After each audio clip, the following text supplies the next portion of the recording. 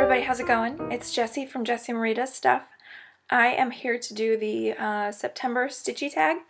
This was created by Shell Stitch 67, and she didn't tag anybody specifically, as it seems that nobody has, but we're all just kind of doing it anyway, so if you haven't done it, there's your orders. Go do it. It's a really quick tag. 3 questions and then a sort of pseudo question. Let's address the lack of Bulldog in the room. He's taking a nap. So I just thought that I would go ahead and record while he was napping. He's kind of a little crazy today. So I don't know if it's full moon or what, but he's a little wild. So that's why he's not here. So let's get to the tag. Let's see. The first question. Do you have a favorite color of DMC? And if so, what is it? I'm going to sound like a broken record here. I go through phases. Just as it seems that we all do. I usually am most interested in the color that I'm working with or something along that line. However, if you follow me on Instagram, you know that me and DMC 500 sort of have a love-hate relationship right now. And the hate stems from the fact that I used a whole bunch of that color recently, and I'm just tired of it. Beautiful color, but, you know, you use the same color for a long time in a very colorful project. It's silly. And so today I just sort of went rifling through my bobbin boxes to pick out the first color that sort of called to me. And, you know, now that I look at the sky outside, I'm not too surprised by this, but the color that I picked out is 932. It's a little bit more gray than it's coming up on the screen there. It's close. It's pretty close. But it's just a steely gray blue. And it's pretty true to color as far as what the skies are looking outside. Like, the sun's getting covered up. Rolling clouds. So, anyway, it's my favorite color today. Ask me tomorrow, but it's a little different. So yeah. Second question. Do you stitch for Christmas and or winter? And if so, have you started yet? And my answer to this is a little bit, it's a little bit like, I'm using my words. I stitch Christmas gifts, but I don't necessarily stitch Christmas-themed things for myself. And that's not for lack of want, it's just prioritizing. I can either stitch for myself or I can get the gifts done. Last year, as you know, I did the Santa for my stepdad. And so that was technically Christmas-themed during Christmas time, but that was purely incidental. That just happened to stem from his love of Santas in general. This year, I am going to stitch, I think I'm only going to stitch one Christmas gift this year, and I haven't started it yet. I don't do cards. I probably should, now that I think about it. But we'll see. We'll see what happens with this other gift. The gift that I'm stitching is secret stitching. You guys won't see it until it's done, framed, and or gifted. So, yeah, but I haven't started yet. Long story short. I would like to stitch some winter-themed things for my house. I know that there is a winter row by, I want to say the Cross-Eyed Cricket, that I really like, that I would like to have displayed on my mantle. And I always like the snow look, sparkly and pretty, but I haven't done anything yet. So I guess my answer to that question is no. I don't stitch for Christmas and or winter. Okay, and then the third question is, are you a reader? And if so, what's on your nightstand right now? I am a big-time reader. You guys, I think y'all pretty much know this. I've got the shelves back there full of books, and then the empty one that needs to be refilled. when I first started cross-stitching, I was introduced to it by a book blogger because I'm a book blogger. And I brought my business cards so that you could see. That's Jessie Marie Reads, which is where my channel name came from. Because I'm Jessie Marie Reads for my blog. And then I had a cross-stitch blog that was Jessie Stitches. And so then I was like, well, I guess I do stuff. So my channel became Jessie Does Stuff. So anyway, so that's where that came from. And the reason I'm showing, or the reason that I have a business card for my blog is that I was recently at, earlier this year, at Book Expo America, which is a huge publishing event where industry professionals and the media and authors and publishing professionals all get together and talk books for 4 or 5 days. Fantastic opportunity. I had so much fun. I think I brought home 40 advanced reader copies, which are books that publishing companies will put out to sort of get people talking about books that are coming out, to start generating some hype before, because, you know, movies have commercials and advertisements of that sort. Books, not so much. Sometimes you'll see a book commercial, but it's very rare, and so to market a book that is coming, they will print a bunch of advanced reader copies to put out. Let me see if I can grab one. 1 second.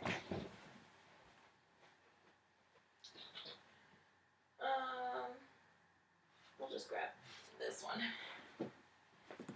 So for example, this is Compulsion, and this is a young adult Southern Gothic fiction book that is coming out in October of 2014. This is how you can tell the difference between an advanced copy and a published copy. First of all, it's paperback, whereas most books, when they first publish, they're hardback. Not all the time, but most times. So they have the date here, and then on the back they have the marketing plan. This is one of the books that I got at BEA. And the cool thing about BEA is that you oftentimes get a chance to meet the author, and then they will personalize for you. I'm going to grab another one that I got at BEA because it makes me happy. Uh-oh, it's not there. Where is it?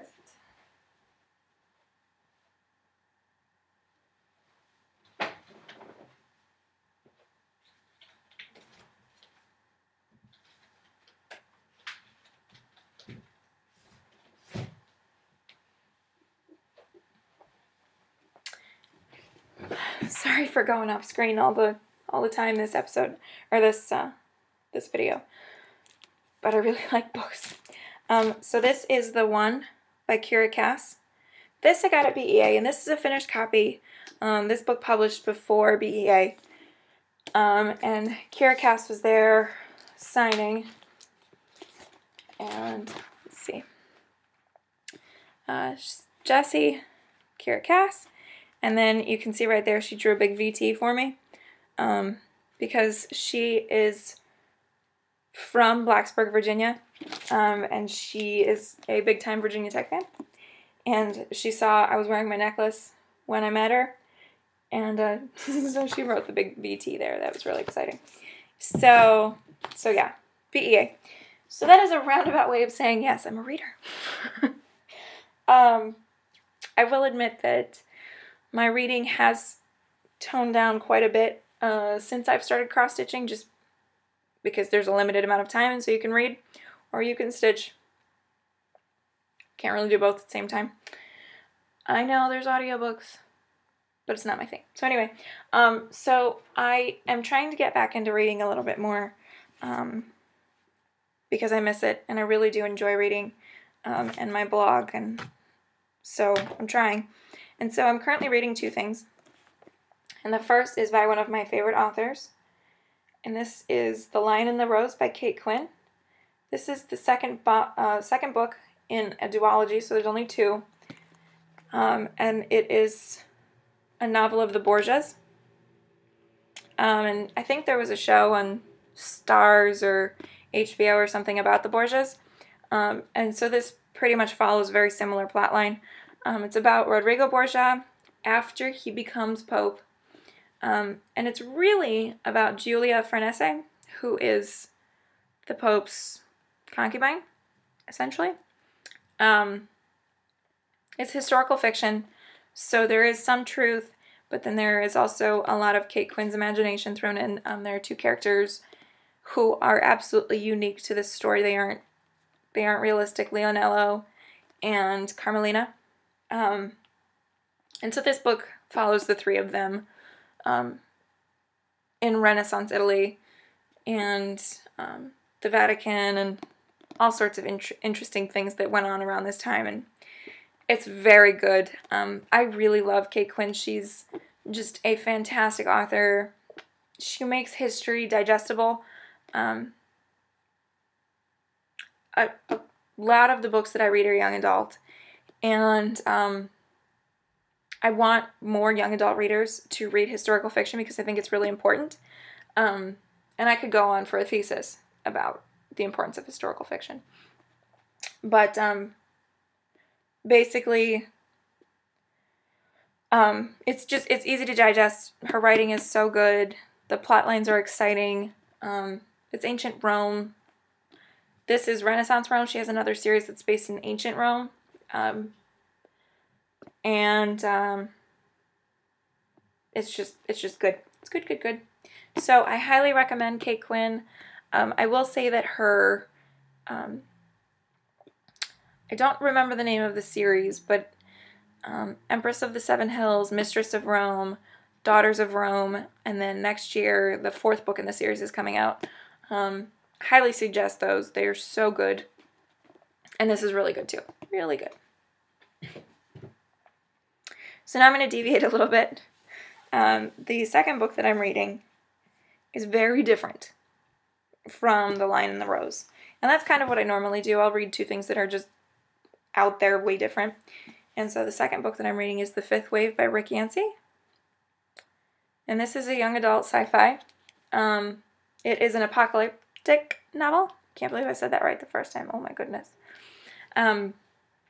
Basically, the apocalypse is happening right now as the story goes on. And it's based on an alien invasion. Oh gosh, guys, it sounds so funny. I'm going from historical fiction to aliens. But scary aliens. Like, they are here to wipe out the planet and take over. And this book follows Cassie, who is a 16-year-old girl, presumably one of the last few humans remaining, fighting for survival on Earth. And so I'm only about 40 pages in at this point, but it's so good. From the word go, it's like edge of your seat, heart pumping, intensity. It's really so very good. This book,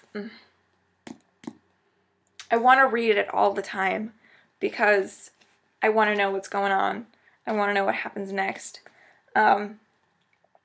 And I know that that's going to happen all the way through the end because this is the first book in a trilogy.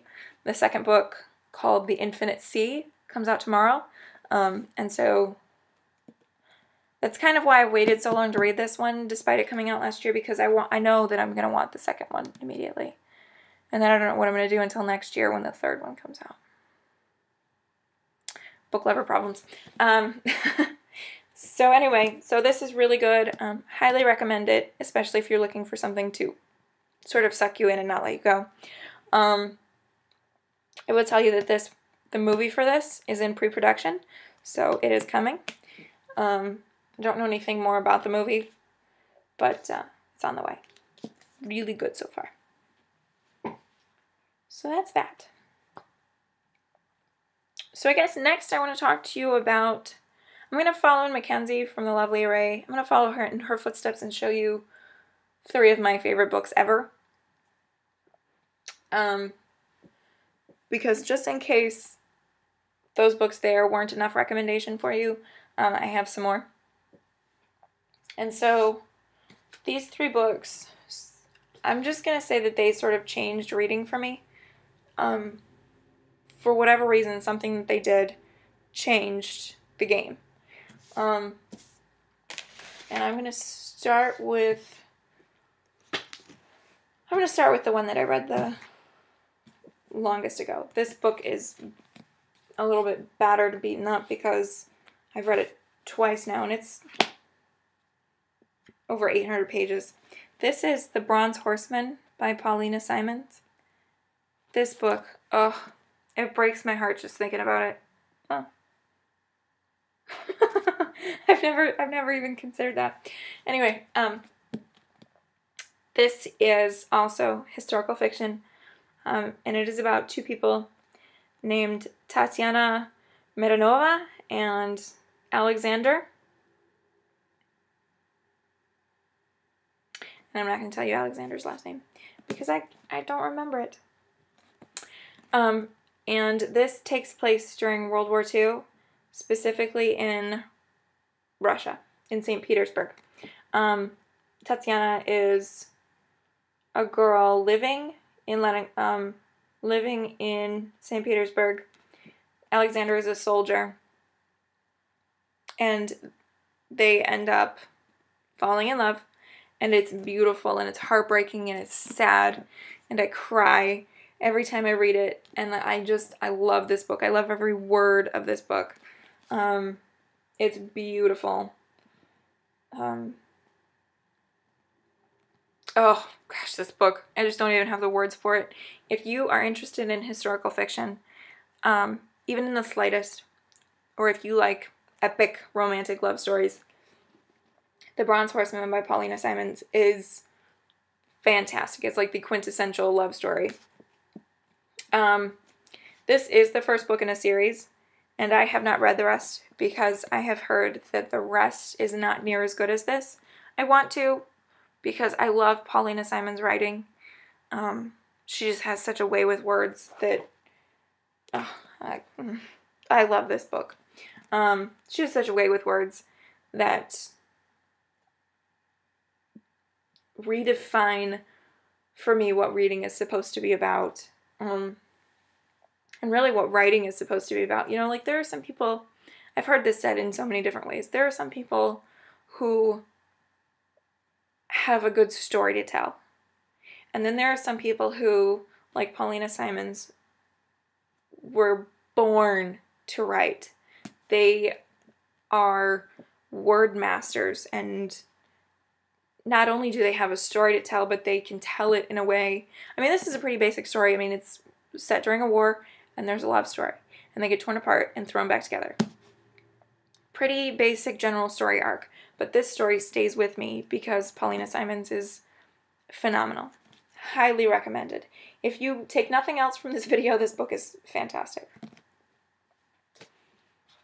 Okay, I'm going to stop going on about that because I have 2 more absolutely amazing books to talk to you about. The second is, coincidentally, also in the process of becoming a movie. The Daughter of Smoke and Bone by Laini Taylor. This is young adult. This is also a romance. This is fantasy. It's more fantastical. And I really can't tell you what this is about, because to tell you what it's about is to ruin everything about it. I said that actually in my written review for it for my blog a while ago. I'll just read to you what the inside cover says. Around the world, black handprints are appearing on doorways, scorched there by winged strangers who have crept through a slit in the sky. In a dark and dusty shop, a devil's supply of human teeth grows dangerously low. And in the tangled lanes of Prague, a young art student is about to be caught up in a brutal, otherworldly war. Do you have any idea what this is about from that? I didn't either. Unbelievable. So good. Another word master, another author who was born to do this. Laini Taylor, one of my favorite authors ever. I will read anything and everything by her. Yeah, this is good. And Book Boyfriend, whoo! Yeah, good stuff. Okay, I'm trying not to ramble so much because I'm 20 minutes into a tag. Okay. The next book I have for you is Eleanor Park by Rainbow Rowell. One of my favorite authors. New on the scene, really. Eleanor Park is her second novel, and I think, let's see when this came out. 2013. That doesn't seem right. But yeah, I guess it is. This is her second novel. It came out in 2013. Her first novel is for adults. Her third novel is for new adults, so college-age kids. And her fourth novel just came out earlier this year, and I've read all but the first. All but Attachments. This one is, I guess you could almost call it historical fiction, because it is about these two kids, Eleanor and Park, and they are the misfits. They're different kids, and this takes place in the 80s.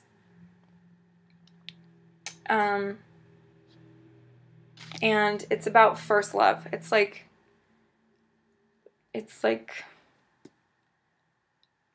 the picturesque, it's like the book on what it means to fall in love for the first time.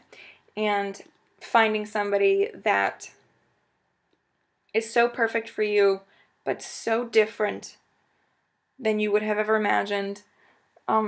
It's slow. It's like a slow burn. It's just so good.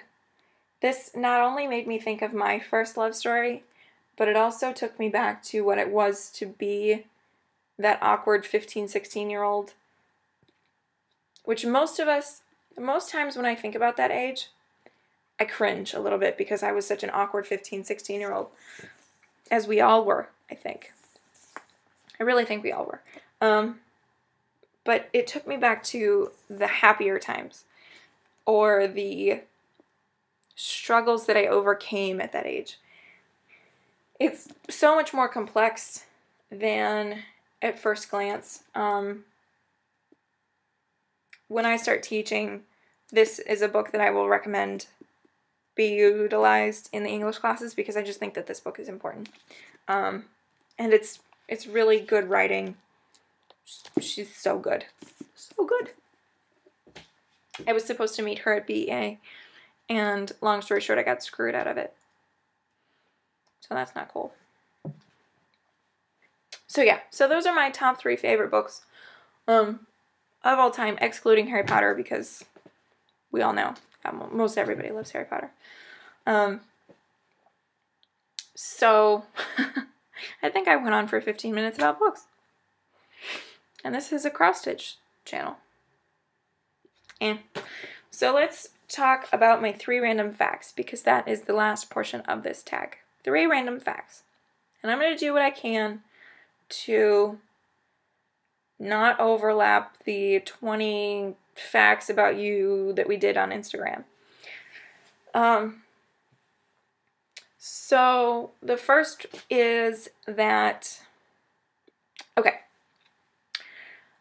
this is sort of like a little legend, and I don't necessarily know if it's true, but my birthday and sort of, I guess, the birth of me, literally. So the story goes that I was due on April 1st. And my birthday is April 25th. So theoretically, I'm 24 days late. Which sounds ridiculous. Why wouldn't they have induced my mom? But my mom said that she wasn't a fan of Pitocin. She had heard some horror stories, and she was pretty young when she had me, so those sorts of ideas sort of took root in her brain, and she just wasn't having it. So, anyway, 24 days late. While she's in labor with me, now mind you, she was in labor for some 27 hours, something like that. Her nurse looked at her chart and was like, oh my goodness, if you hold out for another 7 hours, you and your daughter can have the same birthday. To which my mom, after 27 hours of labor, plus being 24 days late, she was like, get her out.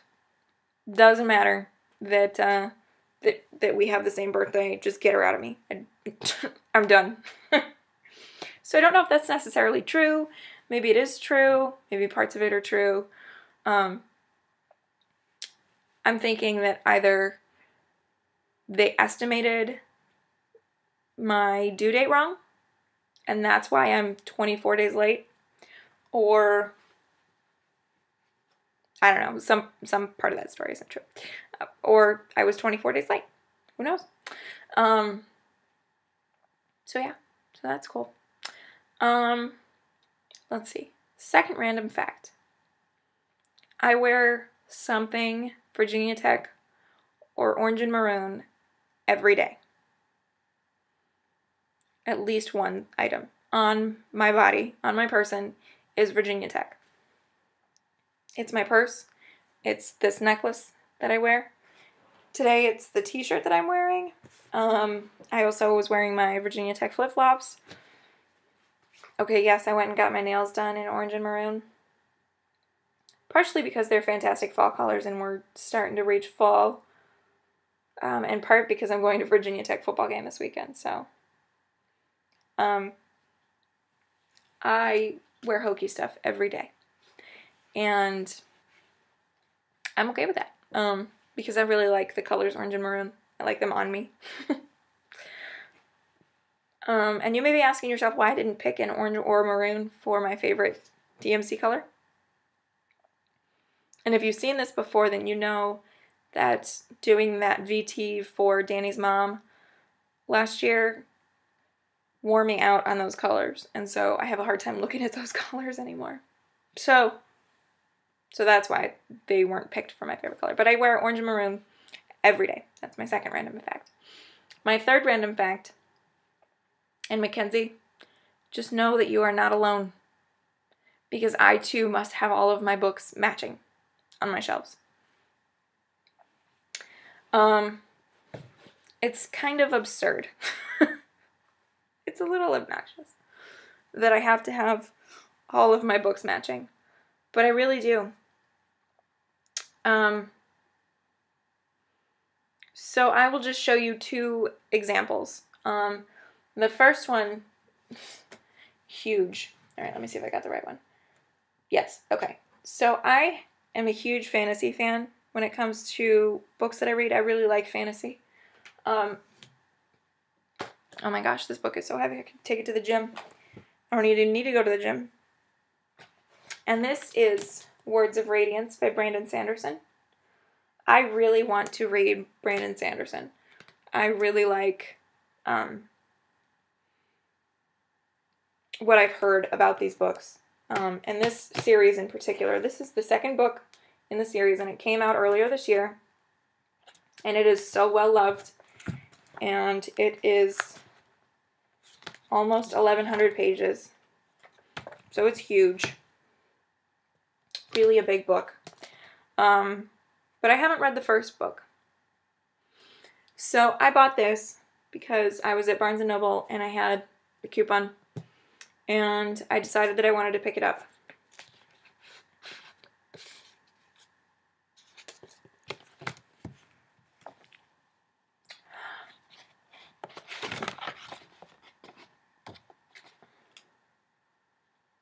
Well, that's not right. I just discovered like a huge tear. And there's a hidden map in here.